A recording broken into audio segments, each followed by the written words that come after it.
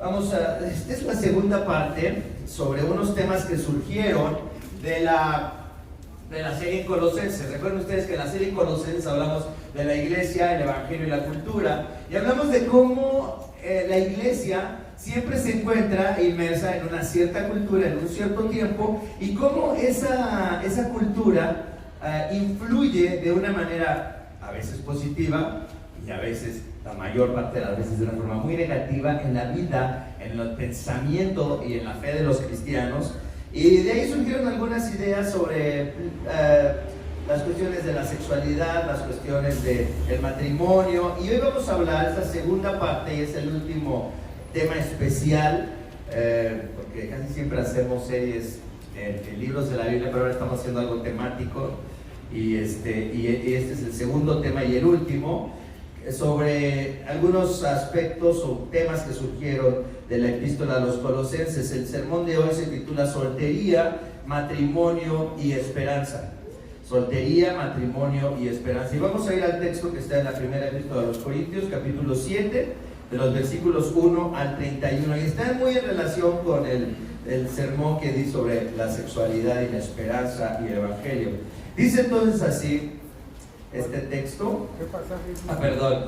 Es primera a los Corintios, capítulo 7, versículos 25 al 35. ¿Están de acuerdo?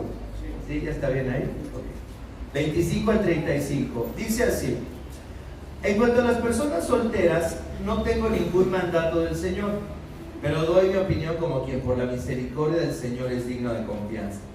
Pienso que a causa de la crisis actual es bueno que cada persona se quede como está. ¿Estás casado? No procures divorciarte. ¿Estás soltero? No busques esposa. Pero si te casas, no pecas. Y si una joven se casa, tampoco comete pecado. Sin embargo, los que se casan tendrán que pasar por muchos aprietos, y yo quiero evitárselos. Lo que quiero decir, hermanos, es que nos queda poco tiempo. De aquí en adelante, los que tienen esposa deben vivir como si no la tuvieran. Los que lloran, como si no lloraran. Los que se alegran, como si no se alegraran. Los que compran algo, como si no lo poseyeran. Los que disfrutan de las cosas de este mundo, como si no disfrutaran de ellas. Porque este mundo, en su forma actual, está por desaparecer. Yo preferiría que estuvieran libres de preocupaciones. El soltero se preocupa de las cosas del Señor y de cómo agradarlo, pero el casado se preocupa de las cosas de este mundo y de cómo agradar a su esposa. Sus intereses están divididos. La mujer no casada, lo mismo que la joven soltera, se preocupa de las cosas del Señor, se afana por consagrarse al Señor tanto en cuerpo como en espíritu. Pero la casada se preocupa de las cosas de este mundo y de cómo agradar a su esposo. Les digo esto por su propio bien, no para ponerles restricciones, sino para que vivan con decoro y plenamente dedicados al Señor. Esta es la palabra del Señor. Tenemos que recordar el contexto en el que se escriben estas cartas del apóstol Pablo. Es el Imperio Romano. En el Imperio Romano tenemos que entender que era una sociedad en la que una persona, la valía de una persona como individuo, estaba en relación a su familia. Es decir, el prestigio de una familia era tu prestigio, la posición de tu familia era tu posición en la sociedad, y la formación de una nueva familia y tu relación con tu familia y la habilidad o la capacidad de producir hijos era lo que le daba a una persona el valor en esa sociedad. La persona soltera era vista como una persona incompleta, era vista como una persona inútil. La persona soltera era vista como una persona inútil, sin significado, sin futuro, sin ningún valor en la sociedad romana. Fíjense, es tan claro esto que César Augusto, que gobernó el Imperio Romano del 27 a.C.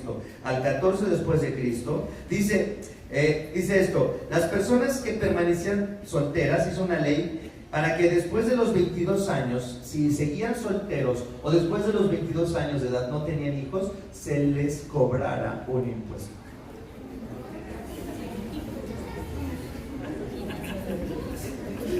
Por inútiles. Prácticamente era eso, de verdad, o sea, no creen que estoy siendo sarcástico. Era la idea de una persona soltera, ¿para qué sirve? Que pague impuestos. No tiene hijos, no tiene esposa, no tiene futuro. Es un paria de la sociedad, que pague impuestos. Quiero que entendamos el contexto histórico de la sociedad romana, en la que Pablo, otra vez, a causa del Evangelio y de la comprensión de la nueva vida que hay en Cristo, dice cosas que son realmente revolucionarias, dice cosas que rompen los cánones de esa sociedad en la que se vivía. Ahora, quiero decirles esto: cada sociedad tiene valores, tiene ciertos valores, tiene ciertas cosas a las que les da muchísima importancia, pero que son contrarios a la dignidad de la persona. Esto quiero decirles que ha pasado en el Imperio Romano y pasa en nuestro tiempo. Y quiero decirles esto, algo que encontré que me parece muy interesante. Dice, la sociedad neopagana en la que vivimos, es decir, neopagana en el sentido de que todo el mundo puede creer en lo que quiera, no hay una verdad absoluta, hay muchas verdades, no nos importa lo que otras personas creen, hay esta idea de respeto, pero en realidad hay una indiferencia a lo que cada uno cree. Y en esta sociedad neopagana en la que vivimos hay un código de quién vale y quién no vale. ¿Están de acuerdo? Vamos a poner un aspecto. Dice, en diferente forma que en el Imperio Romano, pero hay valores que se ponen por encima de la dignidad humana. Por ejemplo, en nuestra sociedad la mujer que vale es la que es profesionista, exitosa, guapa, tiene hijos y sigue casada. Si a una mujer le falta algo de esta lista, es destruida aún por otras mujeres. Si es ama de casa, es una mantenida, dicen las que trabajan. Si es exitosa pero pesa más de 50 kilos, es digna de lástima. Si es exitosa y delgada pero no tiene hijos, es digna de compasión. Si tiene hijos, es exitosa y pesa 50 kilos pero no tiene pareja, seguramente es una mujer odiosa que espanta a los hombres. Así hagan todas las combinaciones posibles. En nuestra sociedad, la mujer sigue sufriendo, sigue siendo criticada y sigue siendo valorada en términos así. Por otras mujeres, no creen que solamente por hombres, por otras mujeres. Si es hombre, la cosa es mucho más fácil. No tiene dinero, es un perdedor. Los hombres la tienen más fácil, no está tan complicado. No tiene lana, es un perdedor. Pero fíjense, hay otra cosa peor en nuestra sociedad. Para un hombre y para una mujer, la persona que no tiene una vida sexual activa o no está en una relación romántica, es una persona que está mal. Es una persona que no puede ser feliz. Es una persona que, ¿para qué vive? Fíjense, es algo que se valora mucho. La persona virgen o no activa sexualmente es vista como alguien que no se está realizando. Esto es algo que nosotros como cristianos tenemos que ver cómo se manifiesta aún dentro de la iglesia. Dice, en la sociedad en la que vivimos, el mundo está diciéndonos lo que debemos hacer o tener para establecer una imagen de seguridad. Todas las personas, aun las que parecen tenerlo todo, en el fondo son profundamente inseguros.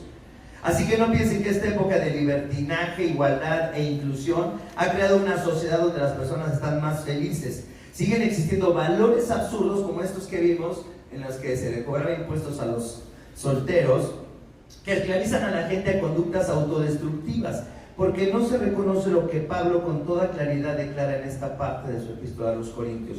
La dignidad de la persona se establece en el orden de la creación, en el hecho de que fuimos hechos a imagen y semejanza de Dios. Pero fíjense, también en el papel que juega la sexualidad, la iglesia y la familia en el contexto de la fe cristiana, y en encontrar el verdadero significado de la vida. Esas son las tres cosas de las que voy a hablar hoy. Voy a hablar acerca de la esperanza, cómo nuestra visión del valor de la persona y de la forma de vivir con respecto a ser solteros o casados, con respecto a cómo a nuestra moral sexual como cristianos tiene que ver con nuestra esperanza en la verdadera familia. Así que dice, la verdadera familia, en el verdadero significado y en el verdadero amor. La verdadera familia, el verdadero significado y el verdadero amor. Fíjense lo que dice en el versículo 25 del texto que leímos. Dice, en cuanto a las personas solteras, no tengo ningún mandato del Señor, pero doy mi opinión como quien por la misericordia del Señor es digno de confianza. Dice, pienso que a causa de la crisis actual, fíjense, estaban en crisis en el primer siglo. Yo nací en los años 60 y hasta el 76, que fue la primera gran devaluación con Echeverría, ¿verdad, hermano? Pues no, desde ahí empezó la crisis, ¿no? Y en el 84, 86, pues ibas al banco y ponías ahí un dinerito en un plazo a 30 días y la tasa estaba a 140 anual, ¿no? Una locura, estábamos en crisis, pero fíjense, estaba en crisis en el primer siglo. Dice, pienso que a causa de la crisis actual es bueno que cada persona se quede como está. Parece así como decir, bueno, está la cosa muy mal, ¿no? Vamos ya a quedarnos como estamos, ¿para qué le movemos? Pero no es una falta de esperanza. Fíjense lo que dice: estás casado, no procures divorciarte; estás soltero, no busques esposa. Pero si te casas, no pecas, y si una joven se casa, tampoco comete pecado. Sin embargo, los que se casan tendrán que pasar por muchos aprietos, y yo quiero evitárselos. Quiero decirles algo: el cristianismo abrió la puerta a una posibilidad que no se veía en el Imperio Romano, la posibilidad de que una persona decidiera vivir una vida de soltería, de celibato, de no casarse, de no tener hijos, y que fuera reconocida como una persona valiosa y como una forma válida de vivir en una sociedad que decía no vales nada. Y dice, claro que sí vales, porque fuiste creado a la imagen y semejanza de Dios, y por causa de Cristo, y por causa de que has sido redimido por Cristo, tienes un significado que va más allá de lo que dice la sociedad. Pablo dice, no, las personas cristianas y que son solteras son útiles y son plenas aunque no estén casadas. Formar una familia no es el valor máximo, sino que, ¿cuál es el valor máximo? Para la vida cristiana, vivir para Cristo, dedicar nuestras vidas a Cristo. Eso es lo que está diciendo. Fíjense, las mujeres viudas a las que César Augusto también imponía un impuesto si no se casaban en 2 años después de haber enviudado, también había un impuesto para las viudas. Dice, los cristianos les ayudaban si esas viudas decidían no casarse. En Hechos capítulo 6 sabemos que hubo un pleito, ¿se acuerdan? ¿Por qué? Porque se estaba desatendiendo a las viudas de los griegos y se les daba preferencia a las viudas de los judíos. Pero fíjense, este aspecto de esta expresión acerca de las viudas es muy importante si entendemos el contexto social del Imperio Romano. Es decir, la iglesia estaba diciendo, no tienen que casarse; si no quieren casarse, quédense viudas. Fíjense lo que dice aparte en 1 de Timoteo capítulo 5, donde Pablo dice cómo deben tratar a las viudas, y se reconoce debidamente a las viudas que de veras están desamparadas. Pero si una viuda tiene hijos o nietos, que estos aprendan primero a cumplir sus obligaciones con su propia familia y correspondan hacia sus padres y abuelos, porque eso agrada a Dios. No dice, son unas inútiles esas viudas, ponerles un impuesto y que se casen rápidamente. Dice, no, la iglesia es totalmente diferente. Las viudas valen y deberían, y si quieren quedar solteras, que se queden solteras. Dice, la viuda desamparada, como ha quedado sola, pone su esperanza en Dios y persevera noche y día en sus oraciones y súplicas. ¿Por qué vale la vida de la viuda? Porque si está en Cristo se dedica a las cosas de Dios, en su viudez, en su condición. Dice, en cambio la viuda que se entrega al placer ya está muerta en vida. Encárgales estas cosas para que sean intachables. Y el que no provee para los suyos, y sobre todo para los de su propia casa, ha negado la fe y es peor que un incrédulo. Entonces fíjense lo que dice. Para Pablo, el hecho de que un hombre o una mujer cristiano decidieran permanecer solteros era una forma de vida no solo aceptable, sino valiosa. Tener hijos y formar una familia no es entonces lo más importante. Ni siquiera tener relaciones sexuales es lo más importante. Y aquí es donde viene la comparación más radical con la forma de pensar en nuestro tiempo con respecto a la sexualidad. La gente no creyente, fíjense, en nuestro tiempo vemos esto. La gente no creyente no piensa que casarse o tener hijos es lo más importante, pero sí piensa que tener una vida sexual activa es fundamental. Es un derecho y es una necesidad. Es una forma de autorrealización que debes de ejercer. Y si no, hay algo que está mal contigo. La sociedad moderna dice, quédate soltero para que no tengas problemas, pero para que tengas experiencias sexuales con muchas personas. Y Pablo dice, por lo contrario, si te quedas soltero, no debes tener relaciones sexuales, sino dedicarte al Señor. ¿Qué forma tan radical de pensar para el Imperio Romano y qué forma tan radical de pensar para nuestro tiempo? Fíjense, esta forma de pensar es revolucionaria hasta en la iglesia del siglo XXI. Fíjense, ¿qué pasaría si aquí en la iglesia, y esto no lo veríamos tan raro, que una mujer dijera, no me voy a casar, voy a dedicarme al Señor? Voy a ser la primera monja protestante. No. La primera monja reformada. Fíjense, ¿no? Así, si una mujer, creo que nuestra sociedad machista mexicana, evangélica, tal vez aceptaríamos eso, que una mujer diga, no me voy a casar, quiero dedicarme al Señor. No para que sea misionera, pero no sé, que tenga su profesión, pero que diga, quiero dedicar mi vida al servicio del Señor, a orar, a trabajar en los diferentes ministerios. Tal vez no lo veríamos así tan mal, aunque sí sería un poco raro. Creo que muchos cristianos lo verían como una mujer rara. Pero si un hombre dijera, no me voy a casar y me voy a dedicar al Señor, se acaba. Porque lo primero que van a pensar que es, sí, se me hace que ya está pasando de soltero codiciado a soltero sospechoso, como dice una amiguita mía, ¿no? O sea, luego dirían, es gay, tiene un problema. No, fíjense cómo aún nosotros en pleno siglo XXI, con todo lo que entendemos del Evangelio, con toda la historia de la iglesia, cómo los valores de la sociedad, lo que quiero que veamos es que como cristianos, los valores de la sociedad y el pensamiento de la sociedad ha permeado nuestros corazones y nuestros pensamientos a tal grado que el Evangelio y la visión cristiana de la vida todavía no es algo tan claro para nosotros, y creemos que lo tenemos clarísimo, pero no es cierto, no lo tenemos clarísimo. Todavía nuestra forma de juzgar una decisión así sería totalmente mundana para muchos de nosotros. Lo que quiero que entendamos es que nosotros estamos mejor que los cristianos en el primer siglo. El pensamiento pagano, el pensamiento del mundo está en la iglesia y tenemos que pensar esto. Dice, como iglesia debemos reconocer, dice, cómo el orden de la fe cristiana sigue desafiando nuestros valores en este tiempo, igual que pasaba en el primer siglo. Dice, pero el Evangelio debe cambiar los valores que la iglesia abraza en un constante intercambio, y lo que dice Pablo en la primera carta, en la carta a los Romanos, en el capítulo 12, en el versículo 1. Hermanos, quiero que cambien su forma de pensar, que cambien su forma de pensar, es decir, que estén reflexionando constantemente en el Evangelio que han recibido y que no se dejen dominar por las ideas del mundo. Quise darles el ejemplo de lo que pensaríamos de una mujer o un hombre que decidiera no casarse y cómo lo recibiríamos como iglesia. Pablo dice en este texto, si te casas haces bien, y si no te casas también está bien. La iglesia debe ser un lugar en el que haya personas que decidan quedarse solteras si no quieren casarse, y debemos dejar de ver a los solteros como personas incompletas o inmaduras. No quiero decir que no hay personas solteras inmaduras, sí las hay.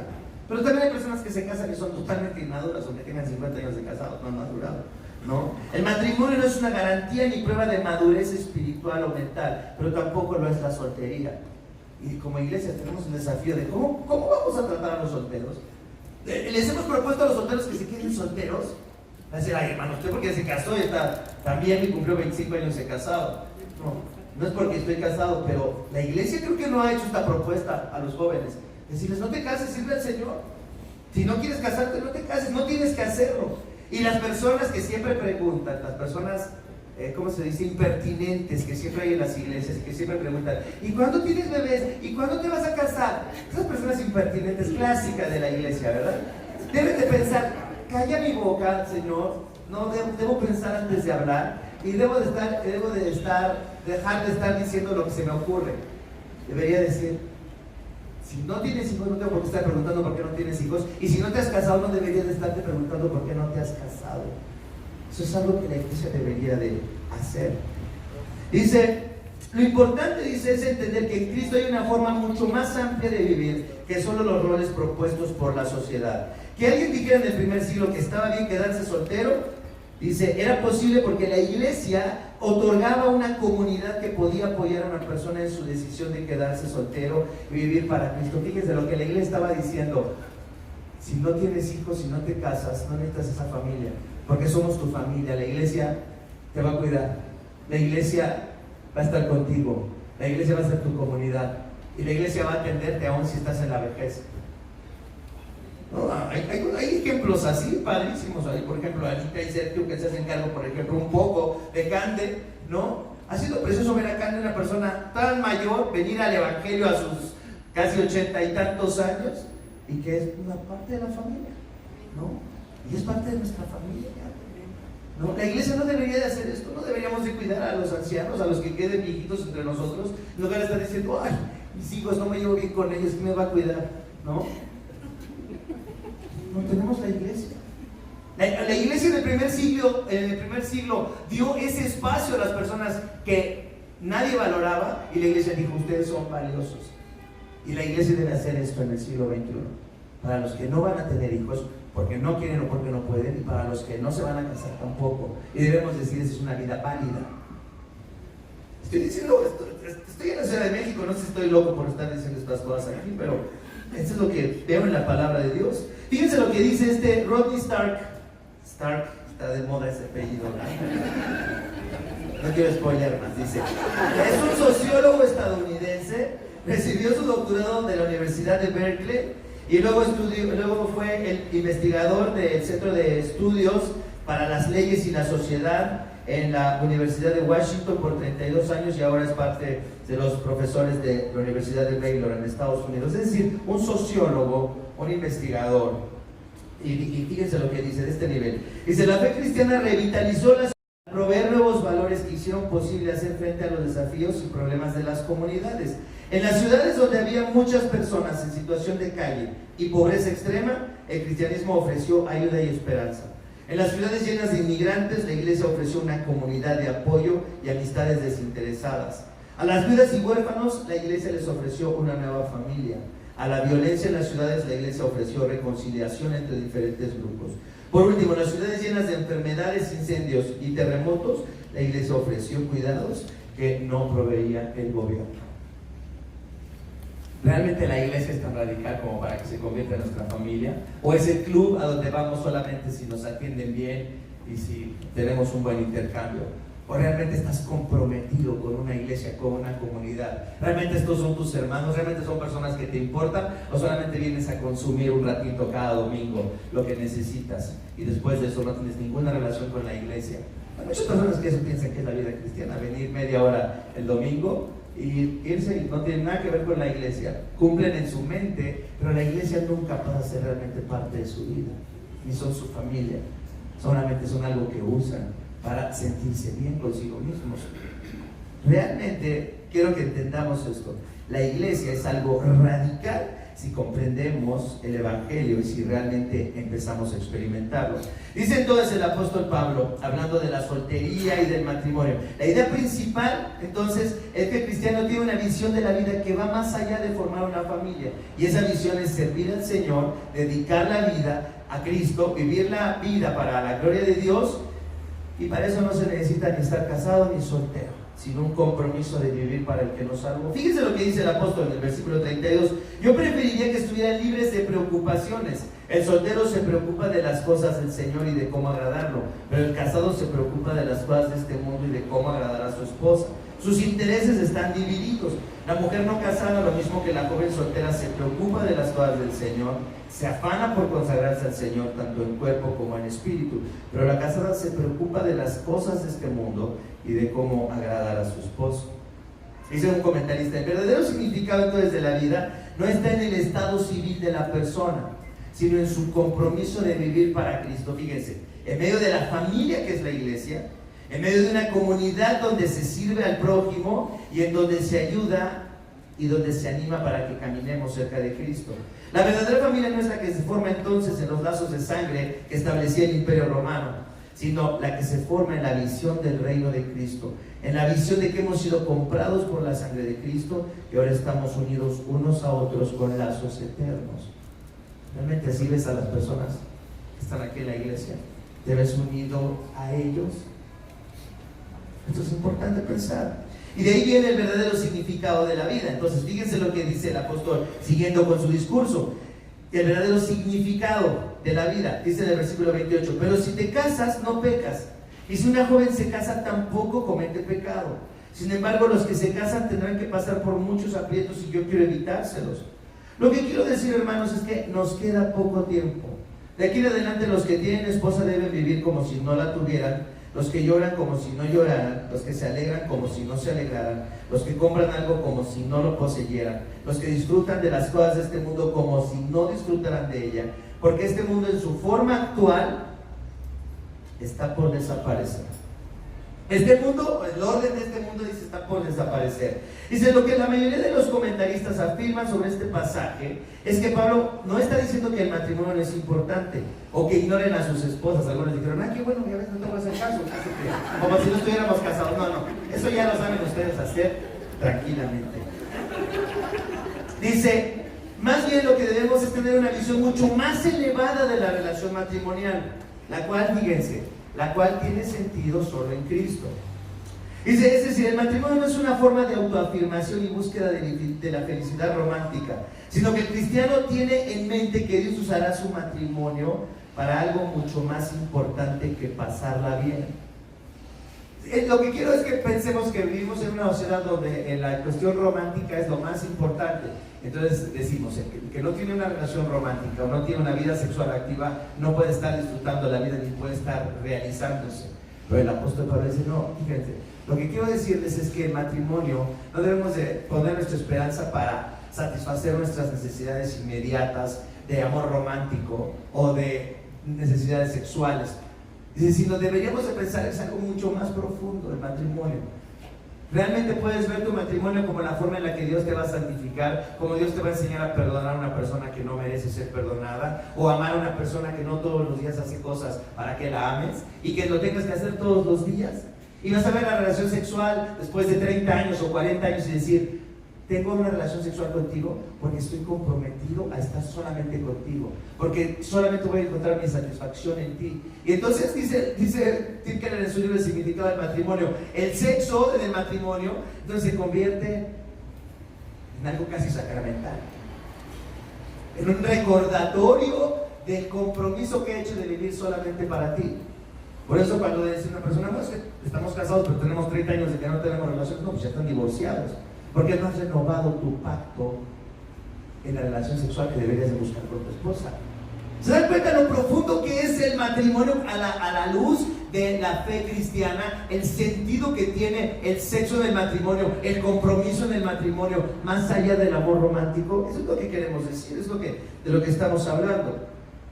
Dice, Pablo nos invita a reflexionar sobre las cosas a las que damos demasiada importancia en esta vida. Los romanos entonces le daban un inmenso valor al tema de la familia, a la seguridad financiera y a los hijos, pero es claro que el significado de la vida no está en tener hijos o no tenerlos, no está en ser casado o soltero, no está en ser rico o pobre, sino en lo que harás con tu vida. Y aquí viene esta pregunta, dice, los que quieren tener hijos, y esta mañana es para todos aquí, los que quieren tener hijos, ¿se han preguntado para qué quieren tenerlos? ¿Para qué quieres tenerlos? Es una urgencia biológica, como dicen los que no creen en Dios. El reloj biológico ya me está marcando que es la hora de tener hijos. Ya, no puedo controlarlo. Es el reloj biológico. ¿Crees que te falta algo? Si te falta algo, entonces quiere decir que no has encontrado en Cristo lo que necesitas. Si te falta algo. Y claro, alguien puede decir, usted tiene 2 hijos, pastor. Bueno, les voy a decir una cosa. Si tú piensas que es difícil no tener hijos, es igual de difícil tener hijos. Entonces, cualquiera de las dos opciones es difícil. Eso sí se los digo. Fíjense lo que dice aquí.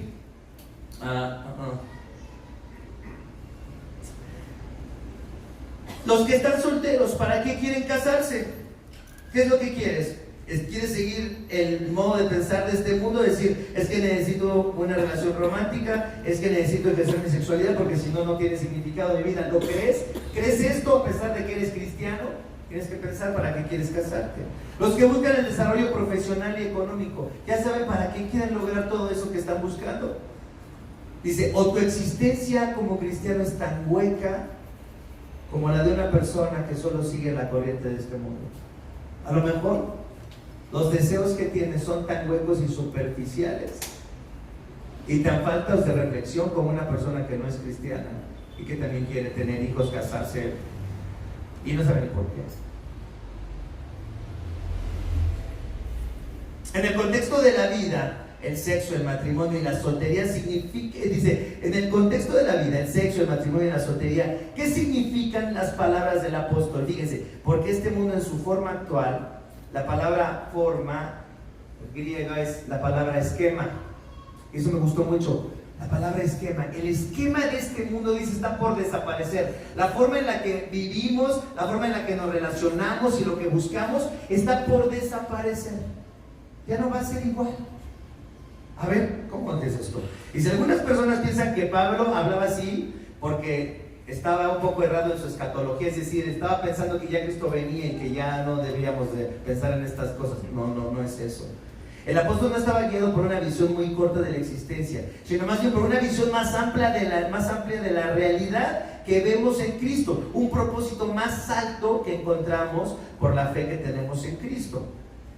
Y los que no tienen esta esperanza, pues se acaba de escribir un libro, una mujer feminista acaba de escribir un libro que se llama ¿Por qué tener hijos? Un debate moral. Es de MIT Press, una casa de publicación muy importante en Estados Unidos, el MIT de Massachusetts. Y dice, la propuesta es esta, dice esta mujer: creo que a la luz del sufrimiento humano tenemos que pensar si es moral decidir tener un hijo. Y no hemos hablado de esto, debemos empezar a discutirlo.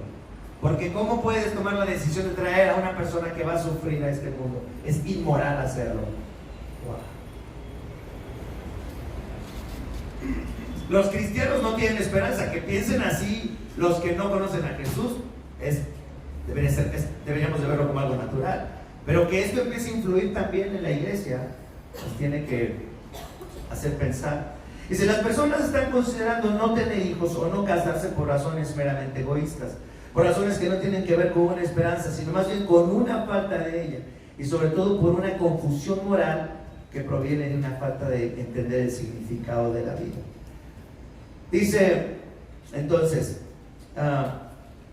hablando el apóstol Pablo de esta forma en la que va a cambiar la existencia, y esto, a ver cuál es el verdadero significado de la vida. Cuando dice: los que tienen esposa, hagan como si no la tuvieran. Los que lloran, como si no lloraran. Los que se alegran, como si no se alegraran. Los que compran algo, como si no lo poseyeran. Y los que disfrutan de las cosas de este mundo, como si no disfrutaran de ella. Entonces, el apóstol Pablo no está diciendo que el matrimonio no importa, o que ya no compres nada, o que vivas llorando, o que deseches todo lo que tiene que ver con el mundo. No está diciendo eso, sino que realmente le des a cada cosa su lugar en el plan de Dios para tu vida, sabiendo que el significado de la vida no está en el matrimonio, ni en los hijos, ni en lo que poseemos, ni en disfrutar de lo creado, sino en que somos hijos de Dios. Entonces, el esquema del mundo va a cambiar. Por ejemplo, en el cielo no nos daremos en casamiento, ¿saben? Eso no va a haber sexo en el cielo. ¿Estaban seguros de eso o todavía tenían duda? No habrá sol tampoco. Y no habrá mar. Alguien me dijo un día: no quiero la eternidad porque no va a haber mar. A mí me encanta la playa. Siempre aquí, y se los recuerdo porque se los he dicho muchas veces, porque la gente se acerca continuamente a preguntarme lo de siempre. ¿Qué me pregunta? Si en el cielo, ¿qué? ¿Va a haber perritos? Ya dijimos que sexo no, es la primera gran desilusión para muchas personas. No va a haber sexo, entonces deberían tener sexo en esta vida, porque si no va a haber sexo en la siguiente, ¿qué voy a hacer? Va a haber perritos, el pastor, va a haber chocolate. ¿Qué es lo que siempre decimos? No perritos, no chocolate, no sexo. No, algo mejor que los perros. Algo mejor que el chocolate. Y obviamente algo mejor que el sexo. Si hay algo mejor que el sexo, yo quiero ir. Si hay algo mejor que el chocolate, yo quiero eso. Si hay algo mejor que los perros, es el Señor, ¿se dan cuenta? El que creó los perros, el que creó el sexo, el que creó el mar, el que creó la luna y las estrellas. Eso es lo que vamos a tener. No tenemos ni idea de lo que pensamos cuando pensamos en la eternidad.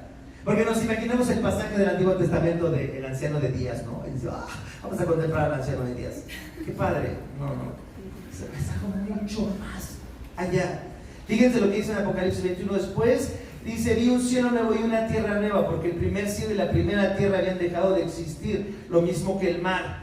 Vi además la ciudad santa, la nueva Jerusalén, que bajaba del cielo procedente de Dios, preparada como una novia hermosamente vestida para su prometido. O sea, una novia, un novio. Dice: oí una potente voz que provenía del trono y decía: aquí entre los seres humanos está la morada de Dios. Él acampará en medio de ellos y ellos serán su pueblo. Dios mismo estará con ellos y será su Dios. Enjugará toda lágrima de los ojos de ellos, y no habrá muerte, ni llanto, ni lamento, ni dolor, porque las primeras cosas han dejado de existir. Y no vi ningún templo en la ciudad, porque el Señor Dios Todopoderoso y el Cordero son su templo. La ciudad no necesita ni sol ni luna que la alumbren, porque la gloria de Dios la ilumina y el Cordero es su lumbrera. Cómo me encanta ver la luna desde mi cama en estas noches preciosas de estas 2 semanas. ¿No han visto la luna? Increíble. Me encanta ver una puesta de sol. Pero ¿qué será esto que nos está diciendo San Juan en el Apocalipsis? Está diciendo: el orden que viene, el significado de la vida es más que este sol y este mar y este sexo y estos hijos y este matrimonio o esta soltería. Es mucho más que eso, y ustedes como cristianos deben entender que hay mucho más que esto. ¿Cómo lo estás viviendo? ¿Cómo estás viviendo la realidad de tu vida? ¿Te sientes incompleto, amargado, frustrado? ¿O tienes una vida plena en Cristo? Ese es el desafío que quiero que esta mañana quede en medio de nosotros. En Mateo 22:30 le dice el Señor Jesús a los saduceos, ¿no?, que no creían en la resurrección, y le dijeron: ¿con quién se va a casar una mujer que tuvo 7 maridos? Dice: miren, en la resurrección las personas no se casarán ni serán dadas en casamiento, sino que serán como los ángeles que están en el cielo. El esquema de este mundo va a cambiar, va a ser destruido. La vida eterna no tiene que ver con el orden de este mundo.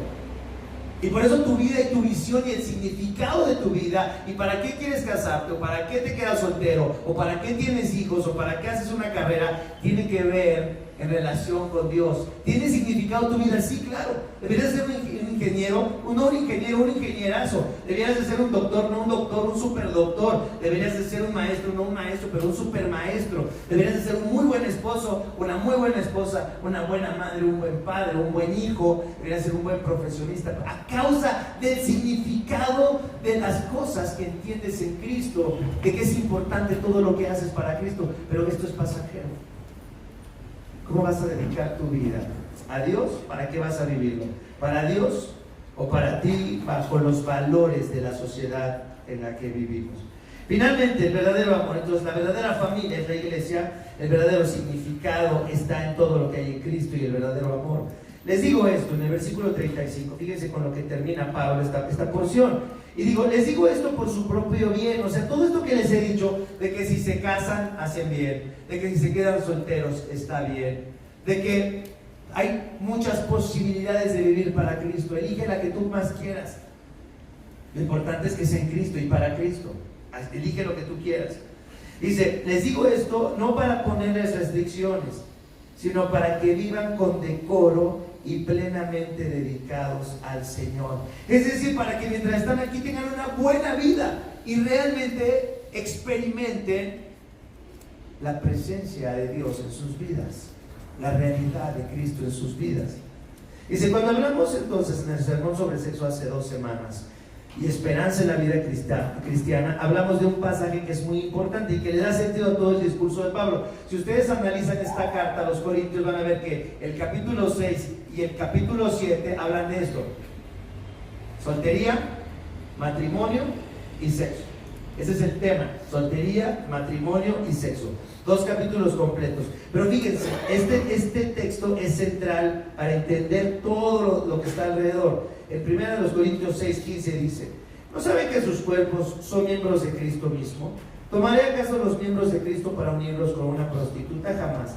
¿No saben que el que se une a una prostituta se hace un solo cuerpo con ella? Pues la Escritura dice: los dos llegarán a ser un solo cuerpo. Pero el que se une al Señor se hace uno con Él en el Espíritu. Entonces fíjense, lo que Pablo está diciendo: todo mi mi discurso sobre soltería, matrimonio y sexualidad tiene sentido para el cristiano cuando el cristiano ve su vida unida ¿a quién? Unida a Cristo. O sea, no podemos hablar de esto si no ves la unión que tienes con Cristo, si estás en la fe en Cristo. Y por eso pienso que muchas personas en la iglesia no pueden nunca vivir en este orden de la fe cristiana porque no entienden su unión con Cristo. Es más, algunos porque no están unidos todavía a Cristo.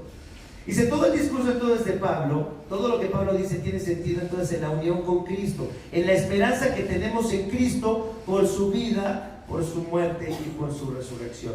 Ser soltero tiene mucho sentido en Cristo. Casarse tiene mucho sentido en Cristo. Tener hijos o no tenerlos tiene mucho sentido en Cristo. La sexualidad solo tiene sentido en Cristo dentro del matrimonio, bajo el orden que Dios estableció en la creación. Si tú pones tu esperanza, fíjense, en encontrar el verdadero amor de tu vida, como Giselle, ¿verdad? De Encantada, ¿verdad? Have you found your true love? ¿Quién será tu verdadero amor? ¿Encontraste ya tu verdadero amor? Ya sabemos que nunca lo vamos a encontrar porque siempre te vas a casar con quien dijimos, con la persona equivocada. Tú crees que te casas con la persona que conoces, tú crees que la conoces, pero en realidad, dale 3 meses y va a cambiar. Mi esposa en los 25 años que ha estado casada conmigo, he vivido con 5 hombres diferentes y todo soy yo. No solamente porque soy bipolar y todo eso, sino de verdad, o sea, ¿quién se ha mantenido igual? Siempre estás con una persona extraña, siempre la estás conociendo, siempre estás pasando por diferentes etapas, pero tiene mucho sentido si estás en Cristo. Dice entonces, hay personas que tienen que idealizar a su esposa o a su esposo, porque ver la realidad de la persona con la que están casados es muy doloroso. Entonces justifican de todo al esposo que es mala onda o a la esposa que tiene muchos defectos. Siempre, no, es mi esposo es increíble, maravilloso, nunca discutimos. Bueno, está bien, sí, eso te hace feliz. Otros siguen buscando que su cónyuge cambie y siguen quejándose y amargados porque no tienen lo que quieren de la otra persona. Pero la fe cristiana le da sentido al matrimonio y al amor de una pareja diciendo, primeramente, de acuerdo a lo que dice Pablo, dice, si no tienes un amor de pareja, no pienses que lo necesites. Si lo tienes, vas a ver que no puedes satisfacerte. Y tercero, el verdadero amor que necesitas es el que se te ofrece en Cristo. ¿Quieres ser un buen esposo o una buena esposa? Deberías de tener una vida satisfecha en Cristo. ¿Quieres ser un buen soltero? Deberías tener tu vida satisfecha en Cristo. ¿Quieres ser un buen padre? Antes de serlo, ¿estás satisfecha tu vida en Cristo? Porque si quieres casarte, o si quieres ser soltero, o si quieres tener hijos para satisfacer tu vida, déjame decirte que solamente te estás condenando a la decepción. Solamente estás condenado a la decepción, porque no vas a obtener lo que quieres. Pablo dice, no les digo estas cosas para desanimarlos, sino para que vivan con decoro. Y fíjense lo que dice esta palabra. Esta palabra, está horrible esta palabra. Aperis pastos, para que vivan sin distraerse. Fíjense lo que dice el apóstol Pablo. Lo que quiero, lo que les estoy diciendo al decirles todo esto acerca de la soltería, del matrimonio, del sexo y de nuestra unión con Cristo, es para que no se distraigan. Fíjate qué interesante. Si eres un soltero, puede ser que estás tan distraído pensando en el amor romántico cuando tienes tantas posibilidades de servir a Dios y de vivir para el Señor en tantos aspectos. Si estás casado y no tienes hijos y estás pensando en los hijos que no tienes, estás distrayéndote en algo que está tal vez robándote tantas posibilidades de servir y de hacer tantas cosas por el reino, porque estás distraído pensando en los hijos que no tienes, en la pareja que no tienes, en el amor romántico que no tienes, o en otros que quieren divorciarse, ¿verdad? También lo dice Pablo, ¿verdad? Entonces, no, lo que quiero es divorciarme, ¿no? ¿Cómo me bajo de este pueblo? Dice Pablo, no se distraigan. Así como están bien. ¿No lo crees? ¿Tú crees que así como estás bien? No lo creemos. Sinceramente, no lo creemos. No creemos que estamos bien así. Eso es muy triste. Solo hay alguien que realmente puede satisfacer la necesidad que tenemos de ser conocidos, amados y aceptados. Si alguien te conoce y te ama a pesar de ver lo malo que hay en tu vida, lo horrible persona que puedes llegar a ser y de todos modos decide amarte, eso es una muestra de un amor verdadero. Pero solamente Cristo te conoce plenamente. Y sin tener necesidad, fíjate, de relacionarse contigo, porque realmente no necesita nada de ti, ha decidido amarte. No solamente sintiendo que te ama, pero dando su vida por ti. Yo no he tenido que dar mi vida por las personas que amo, ¿Tú sí? Pero Cristo sí tuvo que dar su vida por las personas que amaba. La vida cristiana entonces nos muestra el verdadero amor. Todos los demás amores son un llamado al verdadero amor que estamos buscando. Esto lo puedes obtener casado o soltero. Las dos cosas son difíciles, dice el apóstol Pablo. Si te casas vas a tener muchos problemas. Ambas cosas requieren que muramos a nosotros mismos. Ser soltero, yo pienso que se siente que es una vida en la que sientes que te mueres. Es difícil ser soltero, para muchas personas sí. Pero estar casado también, a veces sientes que te mueres. La verdad, ahí sí se ríen. De verdad, la condición en la que vivas implica morir a ti mismo. Si eres soltero, de una manera, y si eres casado, de otra manera. Si tienes hijos, de una manera, y si no los tienes, de la misma manera. Dice, ambas cosas son difíciles, ambas cosas requieren que muramos a nosotros mismos. Ambas situaciones, ambas condiciones pueden glorificar al Señor, y ambas formas de vivir pueden ser también de mucha bendición. Que pensemos en esto. Vamos a orar. Padre Santo, Padre amoroso, Padre bueno, te damos gracias porque las palabras del apóstol Pablo tienen una buena intención. Que aprovechemos la vida que tenemos para vivirla para Cristo. En la esperanza, Señor, no de la familia terrenal, pero de la familia que hay en la comunidad de la iglesia, de los que has rescatado, de los que luchamos, Señor, por mantenernos cerca de ti.